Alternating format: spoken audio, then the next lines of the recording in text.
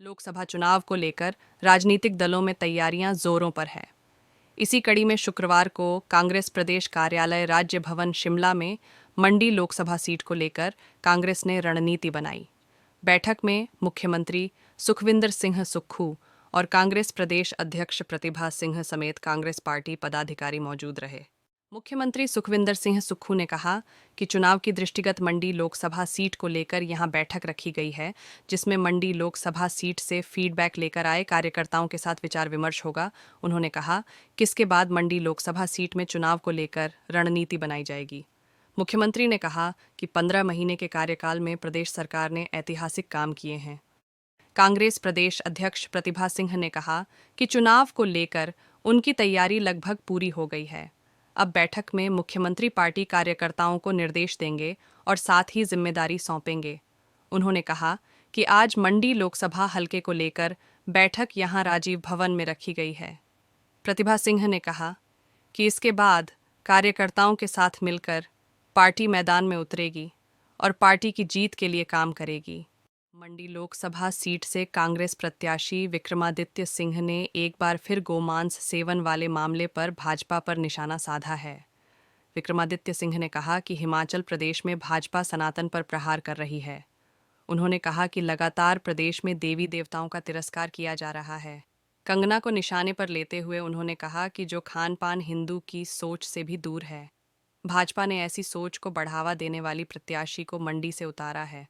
विक्रमादित्य सिंह ने कहा कि भाजपा ने इस पूरे मामले पर मुंह पर टेप लगा दी है, लेकिन राष्ट्रीय स्वयंसेवक संघ को इस पर संज्ञा लेना चाहिए। इस दौरान उन्होंने राष्ट्रीय स्वयंसेवक संघ के सरसंघचालक मोहन भागवत और हिमाचल के प्रांत प्रचारक से भी इस मामले में संज्ञान लेने की अपील की।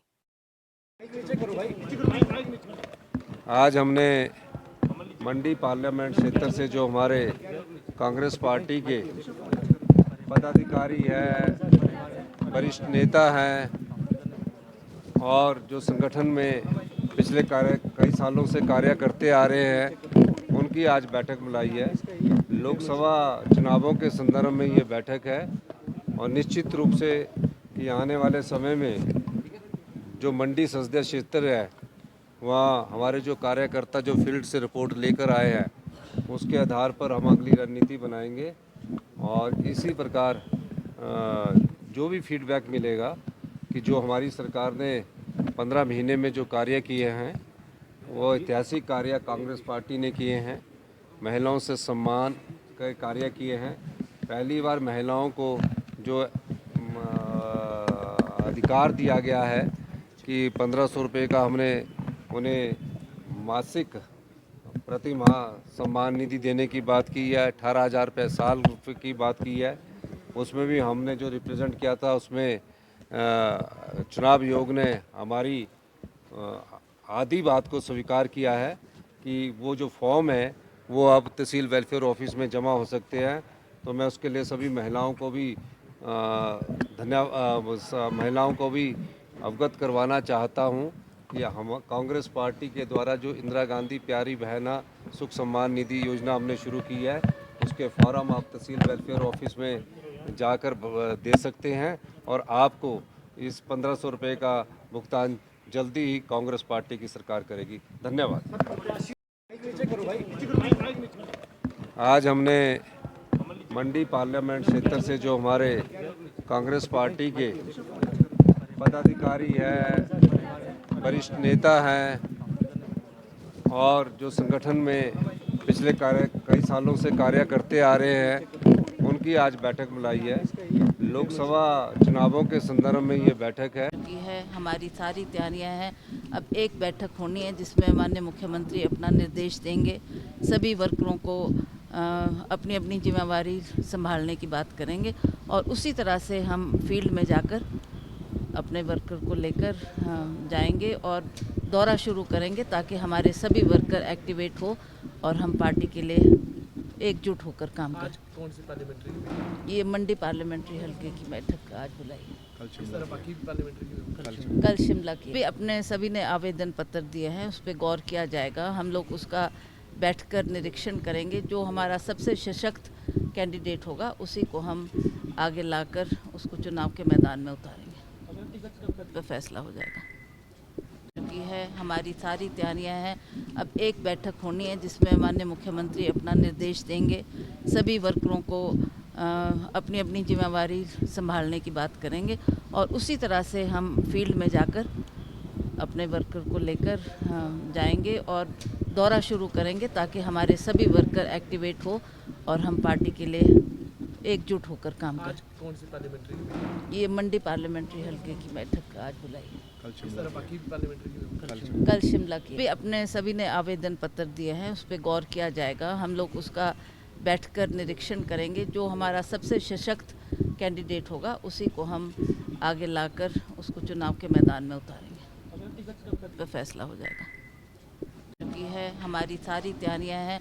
अब एक बैठक होनी है जिसमें माननीय मुख्यमंत्री अपना निर्देश देंगे, सभी वर्करों को अपनी अपनी जिम्मेवारी संभालने की बात करेंगे और उसी तरह से हम फील्ड में जाकर अपने वर्कर को लेकर जाएंगे और दौरा शुरू करेंगे ताकि हमारे सभी वर्कर एक्टिवेट हो और हम पार्टी के लिए एकजुट होकर काम आज करें। कौन सी पार्लियामेंट्री ये मंडी पार्लियामेंट्री हल्के की बैठक आज बुलाई है। इस तरह बाकी पार्लियामेंट्री कल शिमला की भी अपने सभी ने आवेदन पत्र दिए हैं, उस पर गौर किया जाएगा। हम लोग उसका बैठकर निरीक्षण करेंगे। जो हमारा सबसे सशक्त आज मंडी संसदीय क्षेत्र की बैठक है जिसका आज मुख्यमंत्री जी और पार्टी की अध्यक्षा उसकी अध्यक्षता करेंगे। पार्टी बैठक की सभी इसमें हमारे वरिष्ठ नेता सभी कार्यकर्ता पूरे मंडी संसदीय क्षेत्र से यहाँ पर आए हैं और आगामी जिस तरीके से हमने मैदान में उतरना है, मैं धन्यवाद करता हूँ पार्टी का कि उन्होंने मुझे जो है पार्टी का प्रत्याशी बनाया है। हालांकि मैंने टिकट के लिए अप्लाई नहीं किया था, मगर फिर भी जो रिस्पॉन्सिबिलिटी दी है हमने उसको स्वीकार किया है और फ्रंट फुट पे रहकर हम लड़ाई लड़ेंगे, लोगों के बीच जाएंगे और जो विकास कार्य हमने मंडी संसदीय क्षेत्र के लोगों के पूरे प्रदेश के साथ साथ मंडी संसदीय क्षेत्र के लोगों का किया है, खास करके आपदा के दौर में हम जो लोगों के साथ दिन रात खड़े रहे हैं, केंद्र के साथ पूरा तालमेल बनाकर पिछले 15 महीने के मेरे प्रदेश लोक निर्माण मंत्री के कार्यकाल में हमने 3000 करोड़ के विकास कार्य सड़कों के प्रदेश के अंदर करवाए हैं। 150 करोड़ रुपए अतिरिक्त हम लेकर आए हैं। इन सब मसलों को मुद्दों के साथ लोगों के बीच में रखा जाएगा, चाहे उसमें भूभू जोत टनल के निर्माण की बात है, चाहे जलोड़ी जोत टनल की निर्माण की बात है, चाहे होली उतराला सड़क के निर्माण की बात है, चाहे टूरिज़्म पॉइंट ऑफ व्यू से मनाली बंजार आनी क्षेत्र को डेवलप करने की बात है, चाहे हमारे जो एक्स सर्विसमैन हैं आपके सरका घाट में, जोगिंदर नगर में, बल में, उनके मुद्दों को उठाने की बात है, चाहे हमारे ओपीएस के कर्मचारी जिनको आज मजबूरन जयराम जी सपोर्ट करते हुए दिख रहे हैं, मगर उन्होंने अपनी नियति और उनकी जो नियति है और उनकी जो बोल है उसमें बहुत फ़र्क है। ये वही जयराम जी है जिन्होंने विधानसभा में व्यंग किया था और ये कहा था कि ओपीएस अगर चाहते हैं कर्मचारी तो वो चुनाव लड़े और अपने जो है सरकारी नौकरी को छोड़े। आज उनको जबरन ये बात कहनी पड़ रही है जहाँ की उनकी सरकारों ने ओपीएस को पूरे देश के अंदर बंद कर दिया है, मगर हमने इसको हिमाचल के अंदर हम लागू करेंगे। हमारे उप मुख्यमंत्री जी ने भी कहा है कि हम इसका कानून बनाएंगे जब हमारी अभी चुनावों के बाद सरकार विधानसभा के अंदर कानून पारित करेगी, ताकि इसको आने वाले समय में कभी भी अमेंड ना किया जा सके, कभी भी इसको हटाया ना जा सके। तो हम मुद्दों के ऊपर चुनाव लड़ेंगे। मंडी संसदीय क्षेत्र आप लोगों की नज़रों में हॉट सीट हो सकती है, मगर मेरी नज़रों में नहीं है। मेरी नज़रों में जितना महत्वपूर्ण हिमाचल के और विधानसभा क्षेत्र है और लोकसभा क्षेत्र है, उतना ही महत्वपूर्ण जो है वो मंडी संसदीय क्षेत्र भी है। और यहाँ के मसलों को जिस तरीके से मैंने पूरी मजबूती से पहले प्रदेश के मसलों को विधानसभा के अंदर उठाया, उसी मजबूती से हम आने वाले समय में हमारे देश की जो हमारा सबसे बड़ा लोकतंत्र का मंदिर है लोकसभा के अंदर, इस मंडी संसदीय क्षेत्र के मसलों को उठाएंगे। और साथ ही साथ विकास कार्य तो होगा, मगर जो आज एक प्रहार सनातन धर्म के ऊपर भारतीय जनता पार्टी जो मंडी संसदीय क्षेत्र के अंदर कर रही है, लगातार हमारे देवी देवताओं का तिरस्कार कर रही है, लगातार हमारे सनातन धर्म का तिरस्कार कर रही है, उस पर भी हम लोगों के बीच में जाएंगे। क्योंकि जो संस्कृति को ये बढ़ावा दे रहे हैं, जिस खान पीन से हम दूर दूर तक सनातन धर्म का कोई रिश्ता नहीं है, उसको इनके प्रत्याशी जो बढ़ावा दे रहे हैं, ये बहुत दुर्भाग्यपूर्ण है। और इस चीज़ को लोगों के बीच में लेकर जाया जाएगा। मैं भाजपा के अलावा जो संघ परिवार है, राष्ट्रीय स्वयंसेवक संघ है, विश्व हिंदू परिषद है, उनसे भी ये विनम्रतापूर्वक आग्रह करना चाहूँगा कि आपको संज्ञान लेना पड़ेगा। आज जिस तरीके से सनातन धर्म पे प्रहार जो है वो भाजपा की प्रत्याशी कर रही हैं, लगातार जो जिस तरीके से उनका जो एक प्रहार हो रहा है, जिस तरीके से अपमान हमारे देवी देवताओं का हो रहा है, सनातन धर्म का हो रहा है, ये हमारी देव संस्कृति के लिए अच्छी बात नहीं है। हम मुद्दों के ऊपर लोगों के बीच में जाएंगे, विकास के मुद्दों के ऊपर लोगों के बीच में जाएंगे, मगर उसके साथ साथ हमारी देव संस्कृति, हमारे सनातन धर्म की रक्षा करना, ये भी हमारा दायित्व बनता है। आज इस मुद्दे पे भाजपा ने तो अपने मुंह पर टेप लगा दी है, मगर हमें पूरा विश्वास है कि राष्ट्रीय स्वयंसेवक संघ इसका संज्ञान लेगा और आने वाले समय में इसके ऊपर कड़ी कार्रवाई उनके माध्यम से करवाई जाएगी।